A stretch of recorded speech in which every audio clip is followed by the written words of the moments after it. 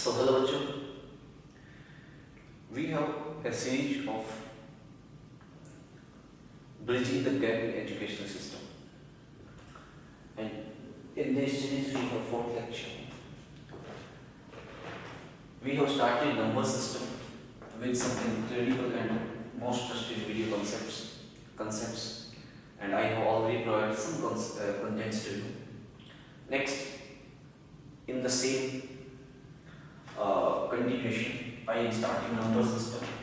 Numbers, I have already told you, have an incredible history and lots of dramatic changes occur in society due to inceptions of number. In the age of today, number are of two types. Number are of two types. First one is real number, and second one is imaginary number. Numbers are of two types: real number and imaginary number. Which is real number? Real number are those numbers. Real number are those number which can be represented on number line. कोई भी ऐसा number जो number line के ऊपर represent किया जा सके. This is number line. It goes to infinity. This side is goes to infinity, and this is 0. This is here negative. This is here positive. All of you. This is minus of 1. This is minus of 2. This is 1. This is 2. So infinity. Any of the number can be represented on this line. It's called real number. Any of them. उसको हम real number बोलेंगे. कोई भी ऐसा number हो जो, इसका मतलब रियल नंबर दो तरीके के हो सकते हैं. एक पॉजिटिव होते हैं और दूसरा नेगेटिव होते हैं. पॉजिटिव और नेगेटिव का मैग्नीट्यूड सेम होता है, कनोटेशन अलग अलग होती है, मतलब उनका यूज अलग अलग होता है. एक नेगेटिव की फॉर्म में यूज किए जाते हैं, दूसरे पॉजिटिव की फॉर्म में यूज किए जाते हैं. मतलब नेगेटिव और पॉजिटिव एक कंसेप्ट है. मैग्नीट्यूड नंबर का वही है, वही 2 है, वही 3 माइनस में है, वही 4 है, 5. वो किसी रेफरेंस मतलब 0 से पीछे वाली चीजों के नेगेटिव और 0 से आगे वाली चीजों के पॉजिटिव. मतलब पॉजिटिव और नेगेटिव को रिप्रेजेंट करने के लिए हमें रेफरेंस की जरूरत है, दैट इज 0. और कोई भी इवेंट के रिस्पेक्ट में, मतलब पॉजिटिव और नेगेटिव एक रिलेटिव फिनोमेना है. क्या है रिलेटिव फिनोमेना? हमारे पास इनको पॉजिटिव नेगेटिव. रियल नंबर फिर से रिपीट कर रहे हैं, दो नंबर कहीं भी रिप्रेजेंट किए जा सकते हैं नंबर लाइन पे. जैसे आपके पास में रिप्रेजेंट करना है 1.7, तो 1 के बीच में और 0 के बीच में आपके पास में 10 और स्केल है. 1 2 3 4 5 6 7 8 9 10. तो 1 2 3 4 5 6 7, ये हो गया 1.7. अब रिप्रेजेंट करना 1.75. इसको मैग्नीफाई करो, इसको मतलब हमने मैग्नीफाई किया इसको 1.6 को और 1.7 को. इसके बीच में भी 10 जो स्केल देंगे. 1 2 3 4 5 6 7 8 9 1 2 10. ठीक है. तो 1 2 3 सॉरी 1.7 और 1.8 को करना तो नंबर को किया 1.75. तो 1 2 3 4 5, तो ये हो गया 1.75. अगर रिप्रेजेंट करना 1.756. अब इनको 1.75 को 1.76, तो 1.7 है, इसमें 5 तो आ गया है ना. तो 1.75 को और 1.76 को और मैग्नीफाई करो. और मैग्नीफाई करेंगे क्या होगा? आपके पास में 1.75 को मैग्नीफाई करना है और 1.76 को मैग्नीफाई करना है. इसके बीच में और छोटे नंबर होंगे. 1 2 3 4 5 6 7 8 1 2 3 क्या करना है 1.756, तो 1.75 1 2 3 4 5 6, तो ये हो गया 7 बनाना है, तो आप इसको आइडेंटिफाई करके ऐसे करके प्रोसेस चलती जाएगी। मतलब कोई भी नंबर है वो रिप्रेजेंट किया जा सकता है। अगर वो रिप्रेजेंट किया जा सकता है इस लाइन नंबर लाइन पे, तो वो रियल नंबर है। इमेजिनरी नंबर क्या होते हैं? इमेजिनरी नंबर वो होते हैं जिनको इस लाइन के ऊपर रिप्रेजेंट ना किया जा सके। इमेजिनरी नंबर मतलब यही डेफिनेशन बस चेंज हो जाएगी। Imaginary number are those number which can not be represent on number line, जिनको नंबर लाइन पे रिप्रेजेंट नहीं किया जा सकता। अब क्वेश्चन दिमाग में ये आया होगा कि फिर इनको रिप्रेजेंट किया नहीं जा सकता, तो ये काम क्या आते हैं? जब कैलकुलेशंस होती है वो 2 डायमेंशनल पे होती है, या फिर इलेक्ट्रॉनिक या फिर सिमुलेशन की कैलकुलेशन, हायर कैलकुलेशन होते हैं जिनमें एक नंबर का एग्जैक्ट फॉर्म नहीं पता होती कि वो नंबर लाइन पे ही कहाँ है, या फिर 2 डायमेंशन में होता है नंबर ही। इनस्टेबिलिटी होती है, मतलब प्रिडिक्टेबिलिटी नहीं होती है, तब उन चीज़ों को सॉल्व करने के लिए इमेजिनरी नंबर है। सिंपल कैलकुलेशन में कभी भी इमेजिनरी नंबर यूज नहीं होता है। इमेजिनरी नंबर को रिप्रेजेंट करने के लिए यूज करेगा आयोटा लगाया जाता है, आयोटा। जिस आयोटा की वैल्यूज होती है √(-1) रिप्रेजेंटेशन, ठीक है। अगर आयोटा का स्क्वायर हो जाएगा तो √(-1) का स्क्वायर मतलब -1 ही हो जाएगा, फिर नंबर लाइन पे आ जाएगा वापस। ऐसे ही इसको आयोटा को कंफर्म आगे बढ़ा सकते हैं आयोटा बाय कंफर्म।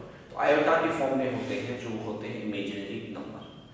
अब हमारा काम क्या है? रियल नंबर को डिफाइन करना, रियल नंबर को पढ़ना। तो इमेजिनरी नंबर तो हमारी एप्लीकेशन में काम है ही नहीं करता कोई, तो रियल नंबर की बात करते हैं।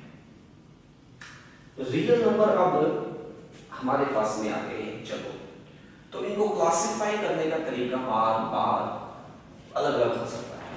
अच्छा, क्लासिफाई करने का तरीका, क्योंकि क्लासिफिकेशन क्या होता है? किसी भी चीज से क्लासिफिकेशन करते हैं ना, किसी भी चीज की क्लासिफिकेशन करते हैं तो उसका एक बेस होता है, मतलब किस बेस पे कर रहे हैं। अगर उनको हम उनके मैग्नीट्यूड और उनके रिलेटिविटी के कर रहे हैं तो दोनों तरह के होंगे। अभी भी बताया था पॉजिटिव और नेगेटिव नंबर, बहुत अच्छी बात, ठीक है। पॉजिटिव और नेगेटिव नंबर, नेगेटिव नंबर का हम फर्दर क्लासिफिकेशन नहीं करते,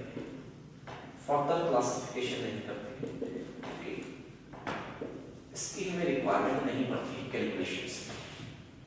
नेगेटिव नंबर का हम फर्दर क्लासिफिकेशन नहीं करते, पॉजिटिव के फिर क्लासिफिकेशन करते जाते हैं, ठीक है।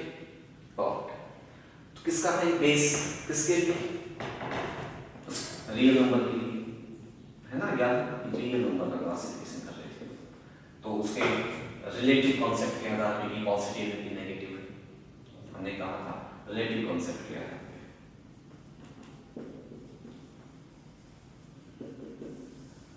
कि पॉजिटिव है कि नेगेटिव है। फिर पॉजिटिव क्लासिफिकेशन करके मैंने बताया कि एक क्लासिफिकेशन पॉजिटिव और नेगेटिव हो सकता है, इसके बारे में हम बाद में बात करेंगे। दूसरा एक क्लासिफिकेशन और भी हो सकता है, ठीक है। किसके बेस पे? डेसिमल और नॉन डेसिमल के बेस पे। मतलब रियल नंबर को हम ये भी कह सकते हैं कि वो डेसिमल नंबर की फॉर्म में है या फिर नॉन डेसिमल की फॉर्म में है। दोनों के फर्दर क्लासिफिकेशन तो है, तो या तो डेसिमल की फॉर्म में होंगे या फिर नॉन डेसिमल की फॉर्म में होंगे। एक क्लासिफिकेशन इसकी बात करेंगे। एक क्लासिफिकेशन और भी हो सकता है रियल नंबर का कि वो रेशनल नंबर है या फिर इर्रेशनल नंबर है। 3 अलग अलग बेस हो क्लासिफिकेशन के, वो रेशनल नंबर है या फिर इर्रेशनल नंबर। तो किस बेस पे क्लासिफाई कर रहे हैं ये मैटर करता है, ठीक है। तो सबसे पहले हम बात करेंगे क्लासिफिकेशन बेस्ड ऑन डेसिमल। तो डेसिमल के बेस पे बात करते हैं। डेसिमल तो रियल 2 तरह के होंगे बेटा, एक तो है डेसिमल नंबर, एक हो गया आपके पास में नॉन डेसिमल नंबर। क्या हो गया? नॉन डेसिमल, ठीक है। आप साफ साफ समझ पा रहे हैं कि डेसिमल का मतलब डेसिमल आ जाएगा, जैसे आपके पास में 2.3 नंबर है, 2 जैसे 2 है, 5 है, 7 है, 9 है, कुछ भी नंबर है, डेसिमल ना हो, समझ गए ना, डेसिमल ना हो तो ये आपके पास में ऐसा नंबर, डेसिमल ऐसा नंबर 2.3 है, 2.369 है, 2.4 है वगैरह, ऐसे नंबर को डेसिमल नंबर में रिप्रेजेंट करते हैं और ऐसे नंबर को नॉन डेसिमल नंबर में रिप्रेजेंट करते हैं। बात समझ गए? ठीक। अब जो नॉन डेसिमल नंबर होते हैं, एलएन की बात करते हैं। नॉन डेसिमल नंबर होते हैं वो 0, 1, 2, 3, 4 ऐसे करके पूरे होते हैं, ठीक है, मतलब -1, -2, -3 ऐसे भी हो सकते हैं। उसमें पॉजिटिव और नेगेटिव हमने क्लासिफिकेशन नहीं किया है। तो डेसिमल के मतलब पॉजिटिव कॉन्सेप्ट भी हो सकते हैं और डेसिमल के नेगेटिव को, लेकिन नॉन डेसिमल है, हम इसकी बात कर रहे हैं। ऐसे वहां पे भी डेसिमल के पॉजिटिव और नेगेटिव दोनों ही फॉर्म हो सकते हैं, पॉजिटिव और नेगेटिव, उसकी अकरेंस के आधार पे, उसके रिलेटिविटी के आधार पे कैसे चेंज। मैंने कहा था नेगेटिव नंबर के लिए हम फर्दर क्लासिफिकेशन को इंश्योर नहीं करेंगे क्योंकि वो हमारे आगे काम के नहीं होते हैं। पॉजिटिव नंबर, ठीक है, पॉजिटिव नंबर है 0, 1, 2, 0 इज अ पॉजिटिव, 1, 2, 3, 4 ऐसे करके इंफिनिटी तक सारे के सारे पॉजिटिव। फिर इन पॉजिटिव नंबर्स को हम फर्दर क्लासिफाई करते हैं और फर्दर क्लासिफाई करते हैं तो एक तो क्लासिफिकेशन है कि वो 2 से डिवाइड है कि नहीं, डिवाइडेड बाय 2 इस बेस पे। अगर हम इस बेस पे डिवाइडेड बाय 2 वाले बेस पे इसको क्लासिफाई, पॉजिटिव नंबर को हम क्लासिफाई करते हैं। पहला बेस है कि वो 2 से डिवाइड है कि नहीं, 2 से डिवाइड। अगर कोई नंबर 2 से डिवाइड है तो वो क्या है, इवन नंबर। अगर कोई नंबर 2 से डिवाइड नहीं है तो वो क्या है, ओड नंबर, ऑड नंबर। जैसे 0, 2, 4, 6 आपके पास में, या फिर 2, 4, 6, ये 1, 3, 5 ये सब आपके पास में और ये वाले, ये आपको पहले से ही पता है। अच्छा, एक क्लासिफिकेशन और भी करते हैं इन्हीं का कि ये नंबर 0 से शुरू हुई है तो इनको क्या बोल देते हैं, होल नंबर। और ये नंबर अगर 1 से शुरू हुई है तो क्या बोल देते हैं, नेचुरल नंबर। ठीक है, क्योंकि 0 की डिस्कवरी बाद में हुई थी, उससे पहले ही नंबर को नेचुरल नंबर का नाम दिया जा चुका था, इसलिए इसका नाम नेचुरल नंबर। अब 0 आने से नया कॉन्सेप्ट को क्या होगा, नंबर में जोड़ देते उसको, समझ गए ना। लेकिन 0 आने से इनकी बाद में डिस्कवरी हुई 0 की, और बाद में डिस्कवरी तो 0 के साथ में जोड़ा नया कॉन्सेप्ट बन गया होल नंबर, WHO। इसलिए पॉजिटिव नंबर में 2 तरह के कॉन्सेप्ट होंगे, ऑड और इवन, ठीक है। और दूसरा नेचुरल नंबर और इवन नंबर। नेचुरल नंबर मैंने कहा था पहले से नंबर थे 1, 2, 3, 4, 5, 6, 7, 8 और 9, ये नेचुरल नंबर। और होल नंबर 0, 1, 2, 3, 4, 5, 6, 8 और 9, ये आपके पास में नंबर है। ये क्या है, होल नंबर। इतनी बात आपको समझ में? चलो, तो पूरे नंबर है तो ये बात थी आपके पास में नॉन डेसिमल के लिए। नॉन डेसिमल पॉजिटिव और नेगेटिव हो सकते हैं, नेगेटिव को हमें यहीं छोड़ देना है। पॉजिटिव की बात करेंगे तो वो क्या हो सकता है, कोई भी आपके पास में वो होल नंबर हो सकता है, नेचुरल नंबर हो सकता है। अगर 0 इंक्लूड है तो होल नंबर, मैंने बताया क्यों ऐसा है। और ऑड और इवन, ठीक है, इवन 0 भी 2 से डिवाइड हो सकता है तो 0 भी इवन नंबर। लेकिन कई लोग इसको 0 इवन सोचते हैं, कहीं नहीं सोचते। खैर, आपके पास में अब आगे की बात, जैसे नॉन डेसिमल तो ये हो। अब अगर मैं डेसिमल की बात करूं, डेसिमल की, तो सिर्फ एक बार डेसिमल की बात करते हैं। डेसिमल की बात करें तो डेसिमल के अंदर हमारे पास में दो तरह की डेसिमल हो सकती है। डेसिमल के अंदर हमारे पास में दो तरह की डेसिमल हो सकती है। एक तो डेसिमल हो टर्मिनेटिंग हो, एक डेसिमल ऐसे जो नॉन टर्मिनेटिंग हो। क्या नॉन टर्मिनेटिंग का मतलब कहीं खत्म हो गया, 2.367 खत्म हो गया। नॉन टर्मिनेटिंग का मतलब 2.367 इसको चलता रहा। ठीक है, तो इनको जिसके आपके पास टर्मिनेट होते हैं वो टर्मिनेटिंग नंबर कहलाते हैं। जो टर्मिनेट नहीं होते हैं उनको नॉन टर्मिनेटिंग नंबर बोलते हैं। क्या बोलते हैं? नॉन टर्मिनेटिंग नंबर बोलते हैं। टर्मिनेट नहीं होते। नॉन टर्मिनेटिंग दो तरीके के हो सकते हैं। इसके बाद नॉन टर्मिनेटिंग कितने तरीके हो सकते हैं? दो तरीके के। एक तो होते हैं रिपीटिंग। क्या होते हैं? रिपीटिंग।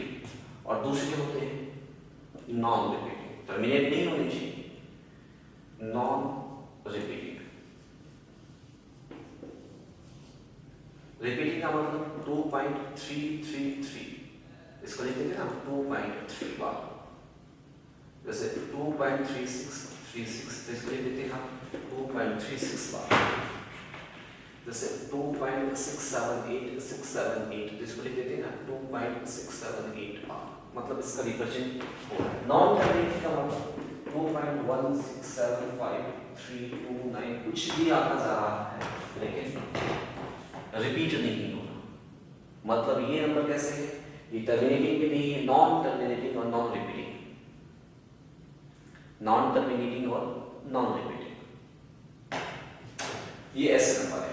इन्हीं नंबर का कंपैरिजन मैं एक और तरीके से करूं यहाँ पे। तो मैंने कहा था रियल नंबर को एक और तरीका है रिप्रेजेंट करने का कि रियल नंबर को क्या p/q फॉर्म में लिखा जा सकता है? p/q, जब भी p/q फॉर्म हो तो q नॉट इक्वल टू 0 होना चाहिए।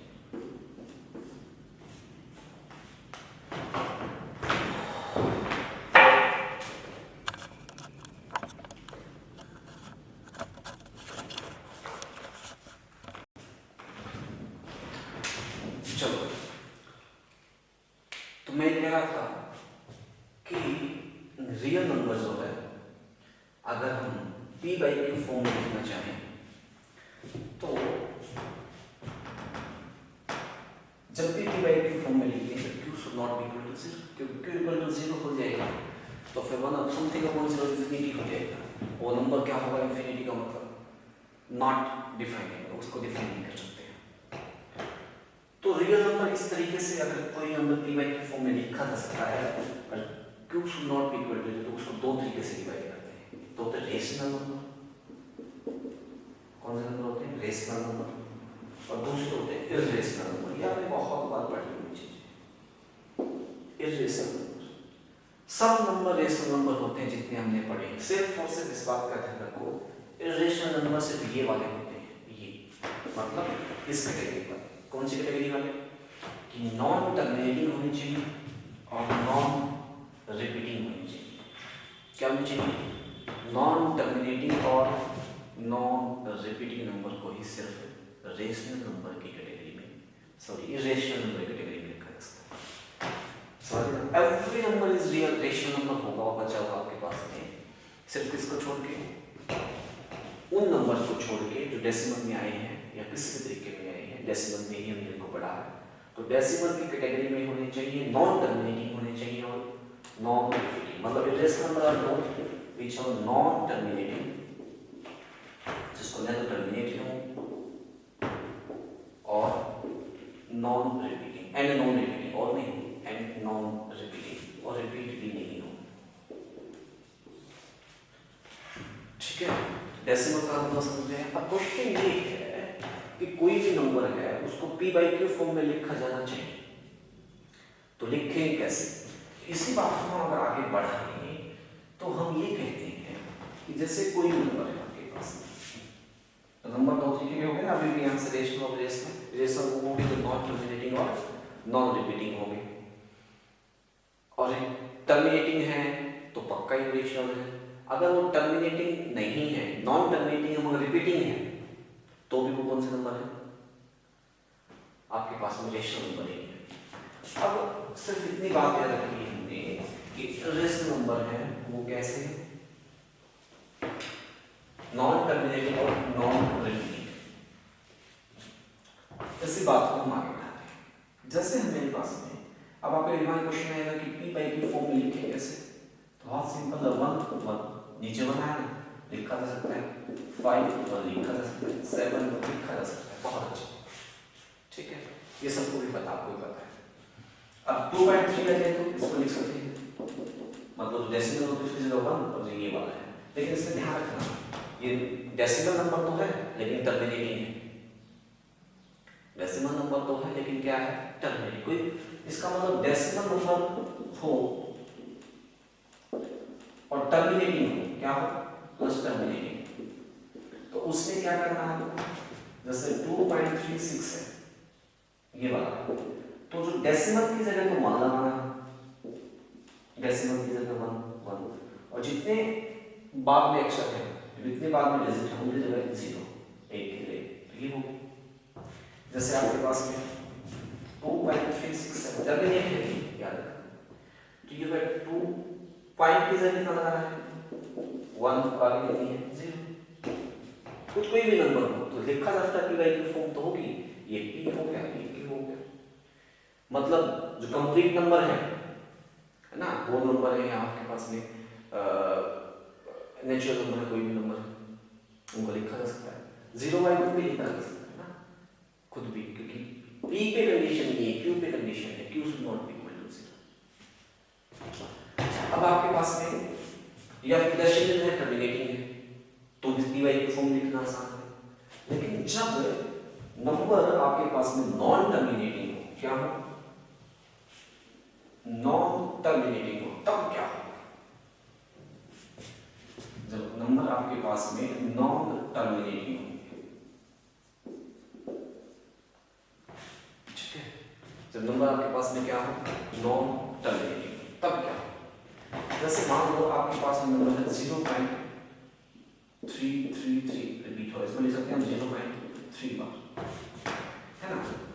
तो फिर आपको ये देखना है कि यहाँ जो यहाँ कि कोई नंबर है वो जस्ट दशमलव के बाद ही रिपीट होना स्टार्ट हो रहा है या कि दशमलव से पहले रिपीट होना स्टार्ट हो रहा है। आपको ध्यान रखना है कि जो नंबर है वो जस्ट दशमलव के बाद रिपीट होना स्टार्ट हो रहा है या फिर दशमलव से पहले रिपीट हो रहा है, मतलब उसके बीच में कोई अक्षर वगैरह है कि नहीं, आपको ये देखना होगा। तो उसके बाद में आपके पास ये चेक करना है, अगर ये चेक करना है तो आपके पास क्या होगा, 0 पॉइंट, और अगर सीधा है आपके पास में, है ना, सीधा है आपके पास में, तो डेसिमल के बाद में, डेसिमल को हटा दो, डेसिमल के बाद में जितने भी नंबर हैं उतने टाइम्स 9, डेसिमल के बाद में जितने भी नंबर हैं उतने टाइम्स आपको 9 से डिवाइड कर देना उसको, आपको समझ में, ठीक है। इसको लिखेंगे आप 3/1/3 हो जाएगा, 1/3 यही होता है, ठीक है। जैसे मान लो 0.666 ऐसे करके है, तो 0.6 रिपीट हो रहा है तो 6/9 हो गया, ठीक है। ये वाला आपके पास में आपके दिमाग में आएगा, हम तो ऐसे नहीं लिखेंगे, हम तो ऐसे लिखेंगे, इसको 0.33 बार लिखेंगे, 0.33 बार, तो ये एक ही बात होगी, 33 नहीं है, 1/3 है ना, 0.66 हम तो ऐसे लिखेंगे जिसको, तो ये भी एक बात है बेटा, समझ रहे हैं, ठीक है। अब क्वेश्चन ये हो गया कि ऐसा ना हो, समझ गया क्या हो कि ये नंबर हमारे पास में, ये जो नंबर है हमारे पास में जो हुए हैं इनको कुछ इस तरीके से दे रखे हों, 0.13 बार दे रखा, ये नंबर कुछ ऐसे है, ठीक है। अब इनको कैसे लिखेंगे? अगर आपको लिखना आता है तो एक बार वीडियो को पॉज करो, ठीक है, और लिख के देखो, नहीं फिर हम 1 मिनट में करवाते हैं। आप इसको ध्यान से देखो और करके देखो।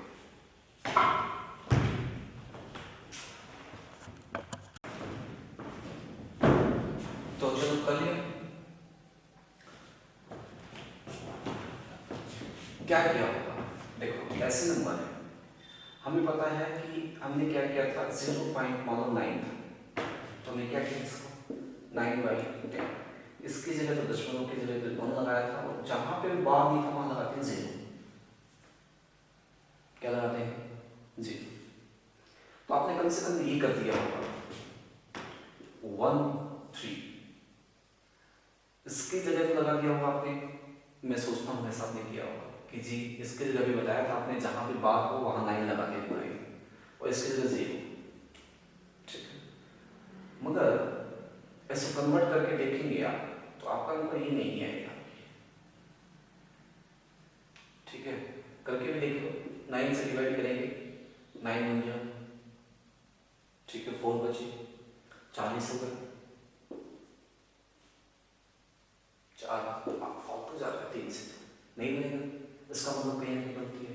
तो आपको एक बात ध्यान रखनी है कि जब भी इस तरह के नंबर हो, इस तरह के नंबर को कन्वर्ट करते हैं, याद हो यहाँ 0 हो, यहाँ 0 ही हो, तब की बात बता रहा हूँ, 0 ही हो, तब क्या करेंगे, जो भी नंबर है उसको लिख लिया, और जिसके ऊपर बार नहीं है उसको घटा दिया, इसकी जगह 9, और जिसके ऊपर बार नहीं उसकी जगह 0, वो तो सही बात थी, तो 12/90, तो ये नंबर हो जाएगा इसका, और आगे डिवाइड कर सकते हैं या 3 से, 3 के बाद 30, 2 से 2/15, ये नंबर आपके पास आंसर हो जाएगा।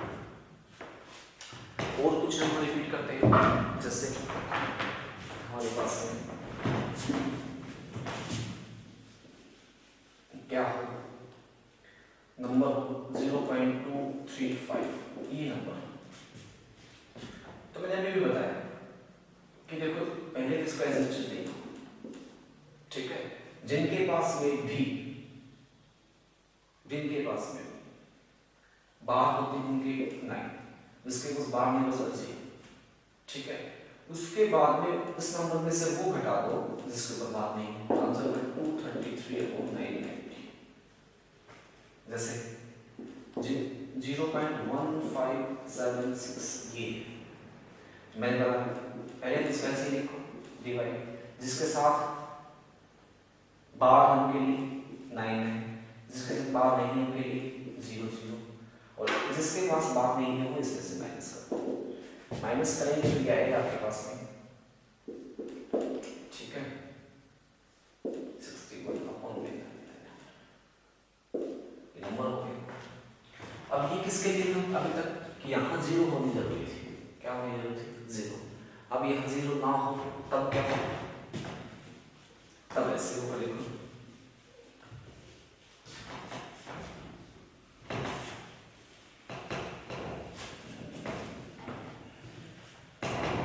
कैसे, जैसे मान लो 2.35, ये तो सीधी बात है 200/99 है ना। अब ऐसा पता है मतलब क्या है इस बात का मतलब ये है 2 + 0.35 बार, मतलब 0.35 बार, समझ में नहीं आता, तो क्या होगा 2 + 35/99, समझ में आएगा, 90। यहां से इधर करेंगे तो कितना आएगा 99, 2 जा कितना है 190 + 35/90 करेंगे तो 233/90 ये मशीन है नहीं, इसका मतलब जिसके ऊपर बात नहीं है, जिसके ऊपर बात नहीं है उसको आपको माइनस करना होगा, तो क्या बनेगा 235, इसमें से 2 माइनस करना होगा 190, 233/90, जिसके ऊपर भी बात नहीं है उसको माइनस करना पड़ेगा। आपके पास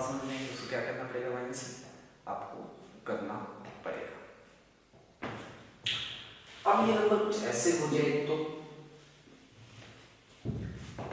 आप कहते हैं सर यहाँ 0 हो तभी मोड रूल लागू है। अभी 2 पे भी यही बात बताई है। थोड़ा डिफरेंस दूसरे वाले पार्ट में कि अगर ये नंबर कुछ ऐसे होता हो, 0 ना होता, ये नंबर कुछ ऐसे हो 2.135,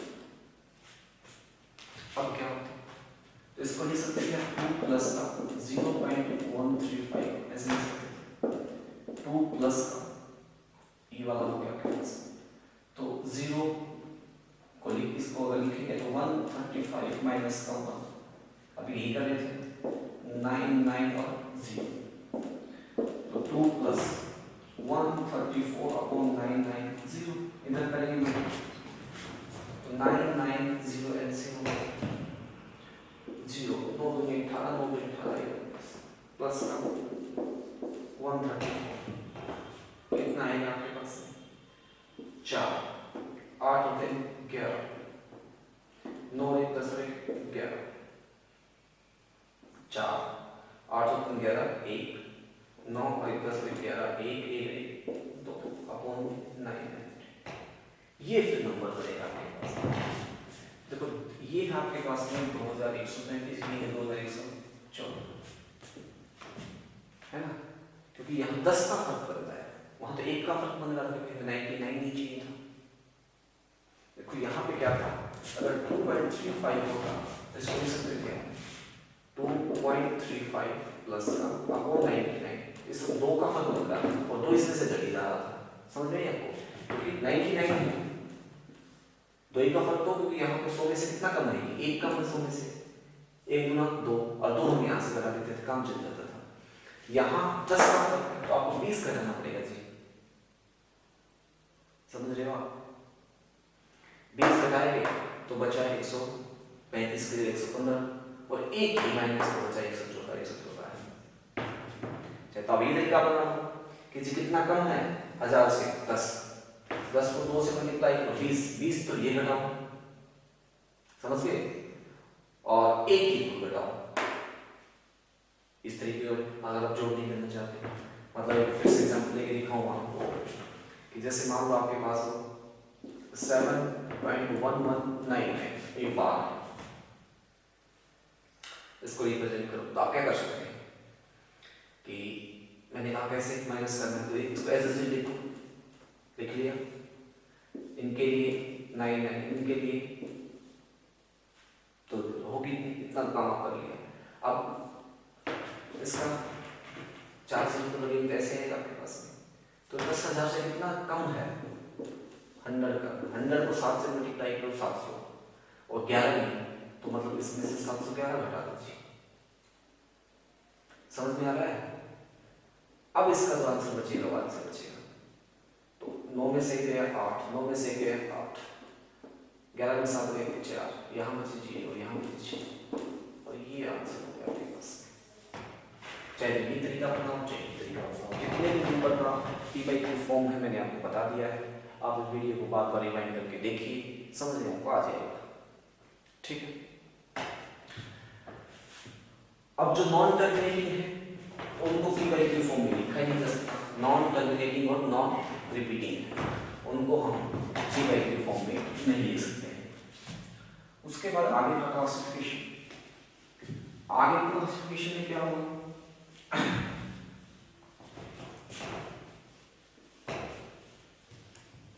आगे क्लासिफिकेशन आगे है फैक्टर स्पेसिफिक, फैक्टर स्पेसिफिक, वो भी पॉजिटिव है। 2 नंबर होते हैं, एक तो होता है प्राइम नंबर और दूसरा होता है कंपोजिट नंबर। अच्छा आपने नाम भी सुना होगा को प्राइम नंबर, कई बार कंफ्यूज होते हैं कंपोजिट की को प्राइम, एक रिलेटिव प्राइम भी होता है,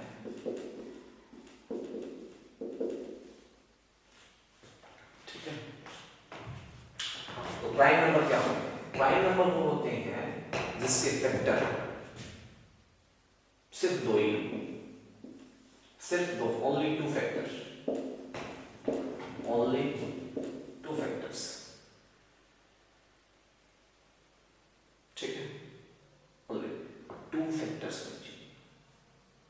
और दोनों फैक्टर ना डिफरेंट है। जैसे मान लो 2 खुद ही है तो इसके 2 फैक्टर्स है, कौन कौन से? 1 और 2 खुद 2 फैक्टर हो गए। 3 है, इसके 2 फैक्टर है, 1 और 3 फैक्टर, मतलब इनसे ही डिवाइड हो सकता है। 5 है, 2 फैक्टर है, 1 और 5। 4 है, इसके कितने फैक्टर्स हैं? 1 भी है, 2 भी है, 4 भी है, 3 फैक्टर हो गए। तो ये नहीं है। खुद 1 है तो 1 का एक ही फैक्टर है तो ये इसमें इंक्लूड नहीं है। 1 खुद नहीं है, इसका मतलब 1 प्राइम नंबर नहीं है। सबसे छोटा प्राइम नंबर कौन सा है? 2। 2 है वो smallest prime number, smallest prime number है, क्योंकि 1 में एक ही फैक्टर है 1, 2 फैक्टर होने चाहिए, 2 ही होने चाहिए, ना 1 होना चाहिए ना 3 होने चाहिए। स्मॉलेस्ट प्राइम नंबर सिर्फ अकेला इवन नंबर है जो आपके पास में क्या है? प्राइम नंबर, ठीक है। तो 2 है, 3 है, 5 है, 7 है, 11 है, 13 है, ऐसे करके चलते जाएंगे। पहले 50 तक 15 होते हैं, 50 से लेके 100 तक 10 होते हैं, 1 से 100 तक 25 होते हैं, याद रखिए, ठीक है। उसके बाद में कंपोजिट नंबर। कंपोजिट नंबर वो होते हैं जिनके फैक्टर कम से कम 3 या 2 से ज़्यादा, मतलब 3 तो फैक्टर होने चाहिए, इनके फैक्टर्स कितने होने चाहिए? 3 तो होने चाहिए। उनको क्या बोलते हैं? Composite number. तो जैसे 4 ही है, मैंने बताया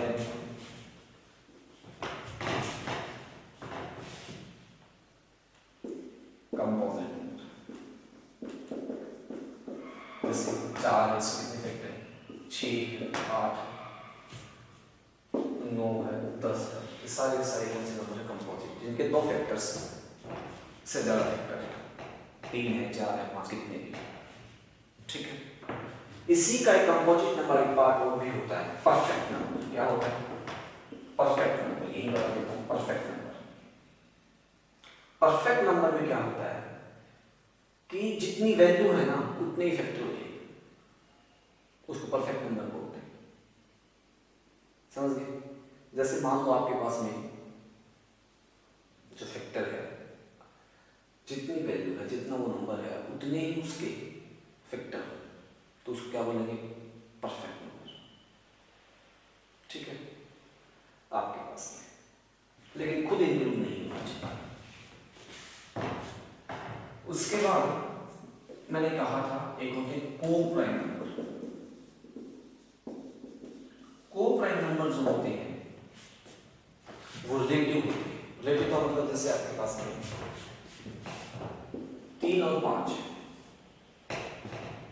3 और 5 ये जोड़े में होने चाहिए। ये आपके पास में प्राइम भी है, खुद भी है ना, और एक दूसरे से भी डिवाइड नहीं हो रहे, मतलब आपके पास प्राइम भी हो और एक दूसरे को डिवाइड भी ना करें, डिवाइड ना कर सकते, उनको बोलते हैं को-प्राइम। जैसे 3, 5 और 7 रिलेटिव होते हैं, 5 प्राइम है, 7 प्राइम है, और 5 7 को डिवाइड नहीं कर सकता, समझ गए ना? तो इनको बोलते हैं क्या बोलते हैं इनको?